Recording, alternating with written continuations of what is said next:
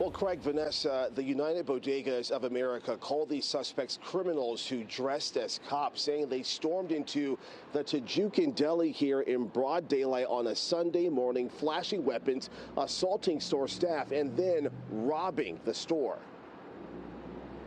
Watch the fear in that man's face as three men with their faces partly concealed and two in NYPD labeled jackets charge at him before forcing him to the ground. He's left lying on his back with his hands up as those suspects pace about the narrow store aisle. In another aisle, another takedown. This suspect coming face to face with a second man, then forcing him to turn around before walking him off camera.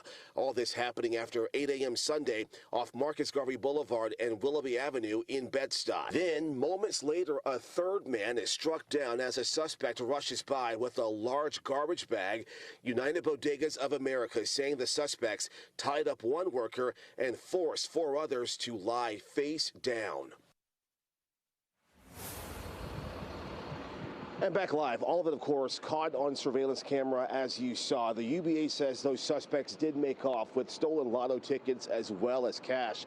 They are now planning to host an afternoon news conference where they plan to also press Governor Hochul to release $5 million in funding they say is allocated for panic buttons to go into bodegas in high crime areas across the city. They say in this case, it could have not only have spared those workers that experienced that terror, but also possibly have led to the capture of those suspects. Again, people they are calling criminals who were dressed as cops. We're live here in Bed-Stuy. Justin Finch, Pix 11 News, back inside to you. And Justin, we understand there's also a reward being offered? Correct, that's right. $5,000 now up for grabs for tips that will lead to the capture of the suspects you saw in that video too.